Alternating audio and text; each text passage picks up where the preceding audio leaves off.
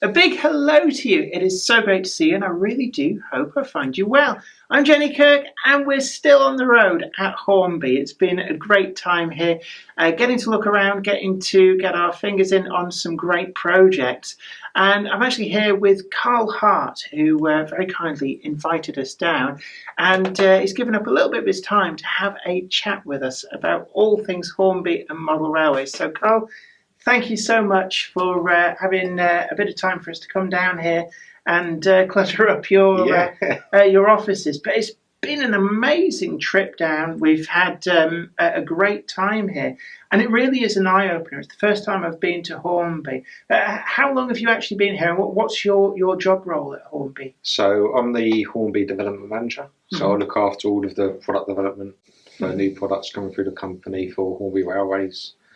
TT 120, railroad ranges, and obviously flow trains. I've been with Hornby since 2006. Right, okay. I first joined Hornby Hobbies, and I first joined them as an airfix designer, actually. Right, okay. And I worked as an airfix designer for around 6 years.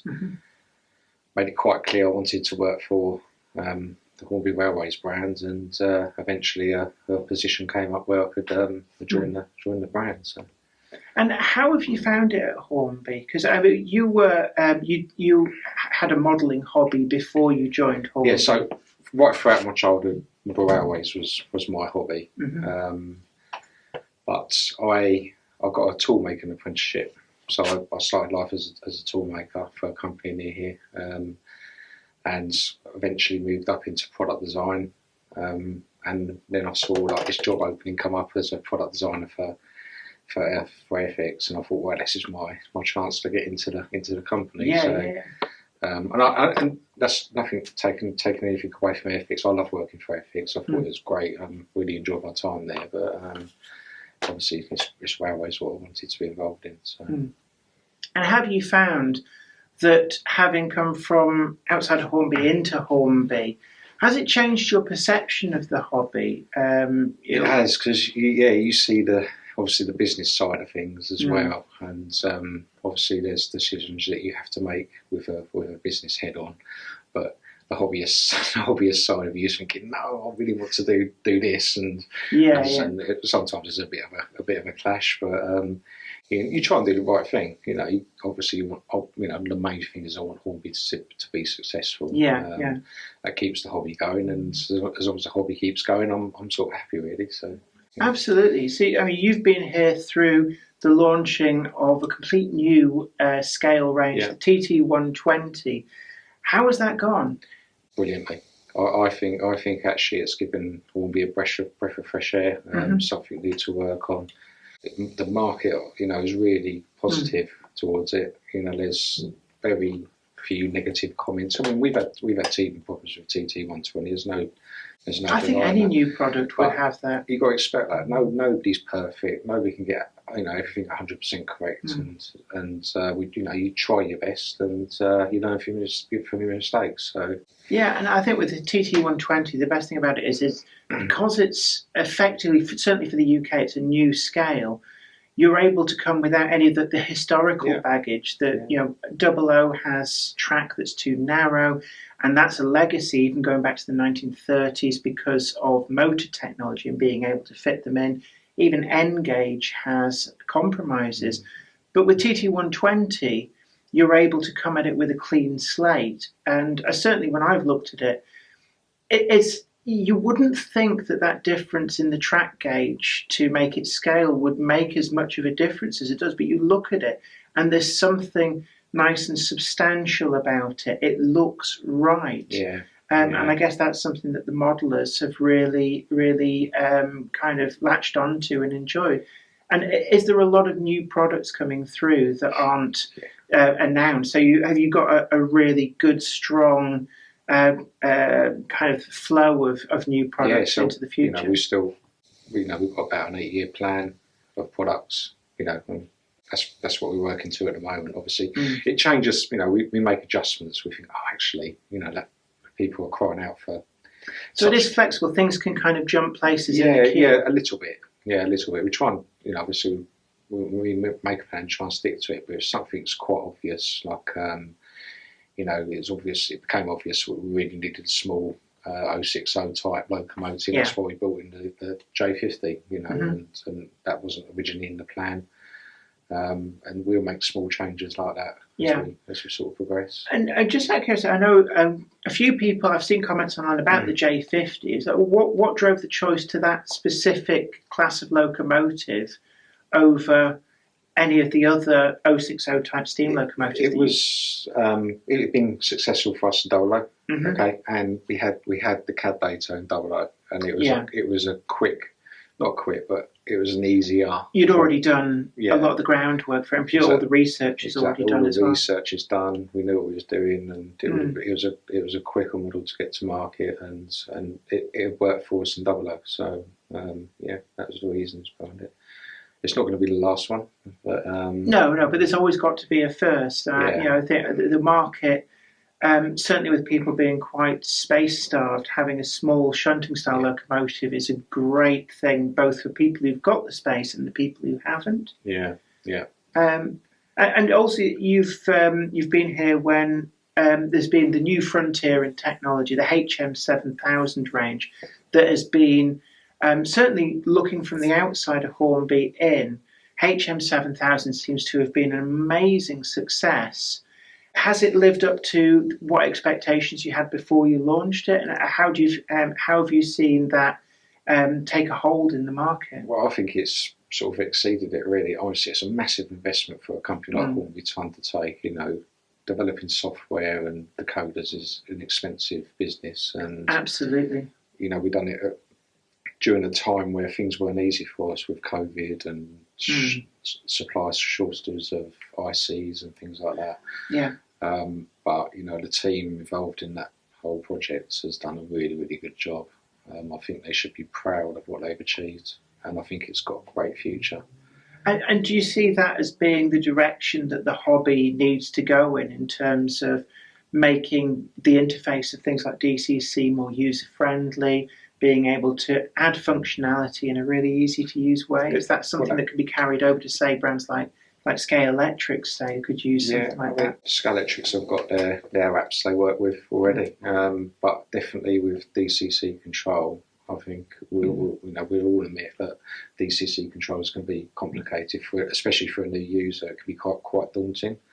And that was the hope with HM7000, to actually bring more people into the digital world, because it's just easy to control. You've got it on the screen, all your functions are laid out nicely for you, and adjusting CVs aren't a minefield of... Yes, it's like you have to know the calculation, and it's not a straightforward calculation. So the HM7000 app kind of just takes care of that. It's like tick the boxes for what you want it to do, and it does the number crunching in the background. The other big thing was the sound profiles. You can upload them and change them as you want. You haven't got to go out and buy a new decoder every time you buy a new loco. If you want to try something out, you can switch it. And absolutely, and it's all free. To get into DCC now is this is a really cost-effective way of doing it. Yeah.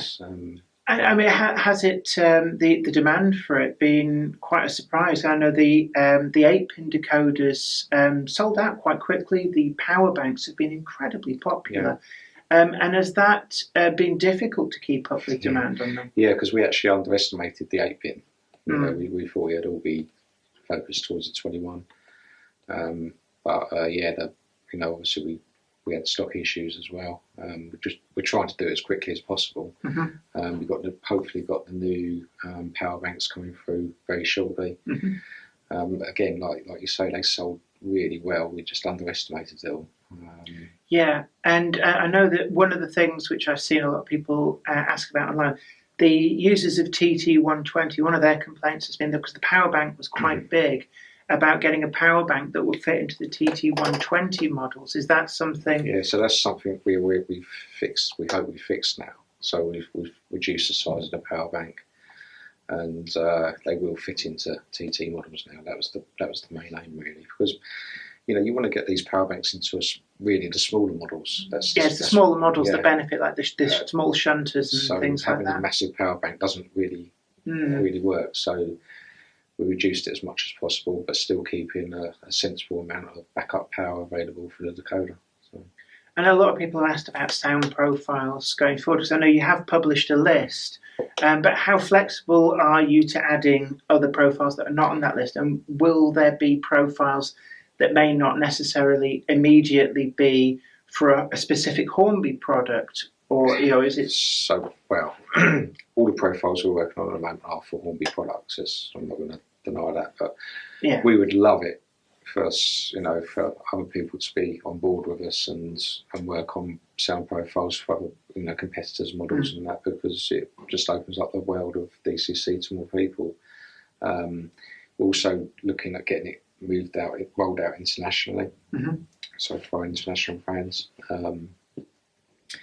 But yeah, the list of sound profiles we've got is constantly changing, because you also get feedback from customers and they're shouting about what they want, and it's like, I want this one, make this one a priority. And of course, you've got so many different people all asking for all the different Hornby products for a sound profile for them. Yeah, so we just, we just recently worked on a load of XTTS sound profiles, but it's we've got to choose the sound profiles what we think will drive the whole system forward.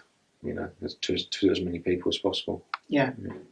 And you've been at Hornby for at the company since 2006. How have you seen the hobby change over that time? Well, obviously, when I first started, the models were a lot less detailed. Design projects were moved along a lot quicker, and obviously, what's happened the supply chain. We had quite a luxury of being able to pick and choose where we place products out in the Far East, and that has changed massively recently. And since COVID, I think actually it's changed quite a lot, because it's everything seems to take longer now. Yeah. I mean, do you feel that some of the challenges perhaps for the future would be in resolving some of the issues that are creeping into the supply chain in terms of, I know people always ask about the practicality of bringing production back to the UK, but if not to the UK, then perhaps to other countries? Yeah, we are looking at that. Yeah, we are looking at that. Not to move out of China. I don't think it's going to move away from China at all.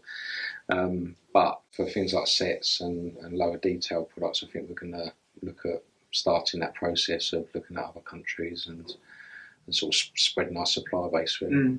One of the things that when I've interviewed people from other manufacturers, I've asked about whether the advances in technology have allowed you to be able to perhaps produce models now that even 5 years ago perhaps wouldn't have been technologically possible. How has that affected, the advancement in technology affected the kind of prototypes perhaps that you've looked at Hornby to bring ready to run? Yeah, so obviously I think the biggest advancement in the development side of it was always CAD.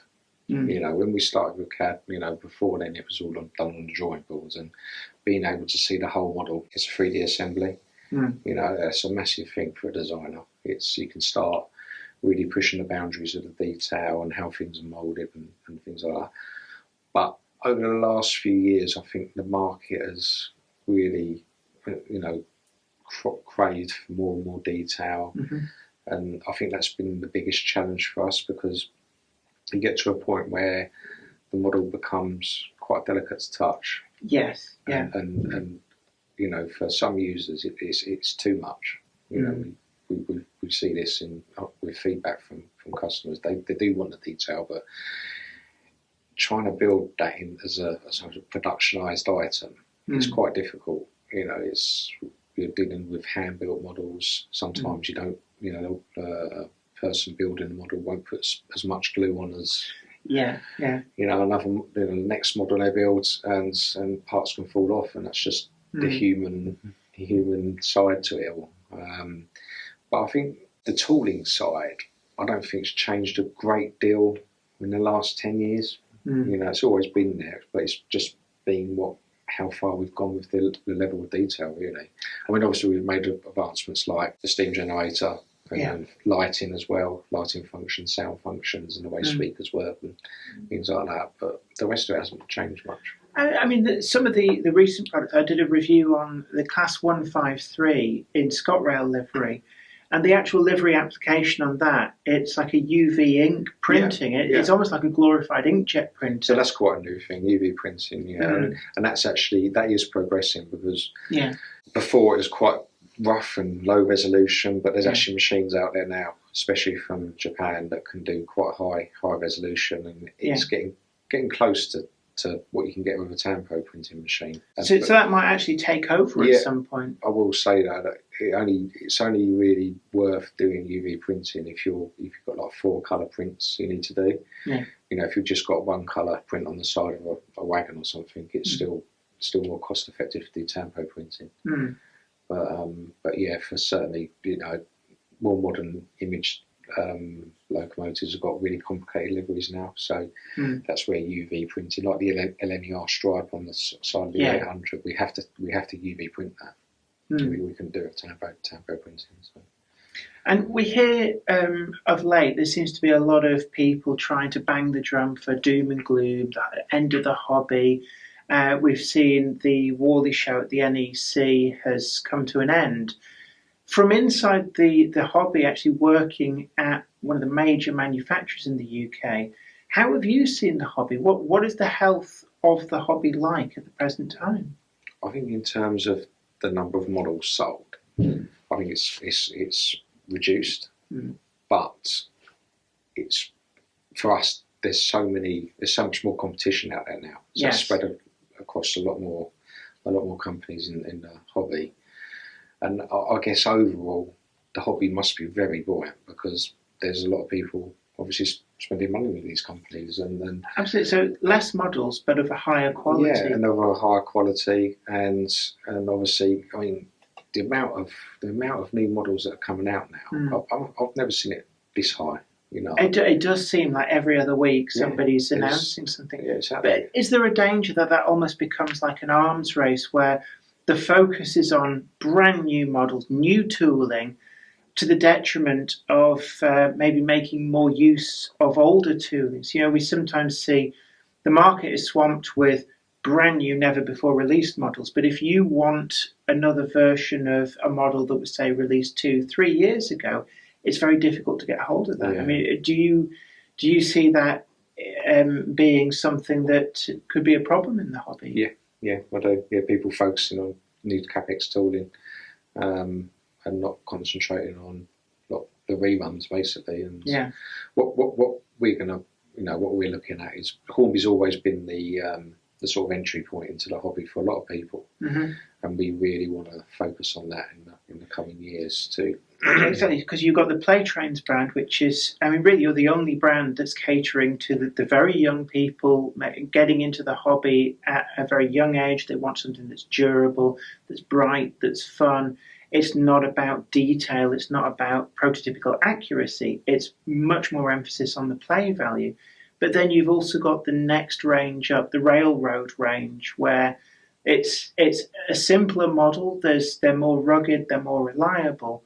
But at the same time, one of the things we've shown is that they can be customized and improved very quickly and readily. It did with the 37 that you've got in your range, with the weathering.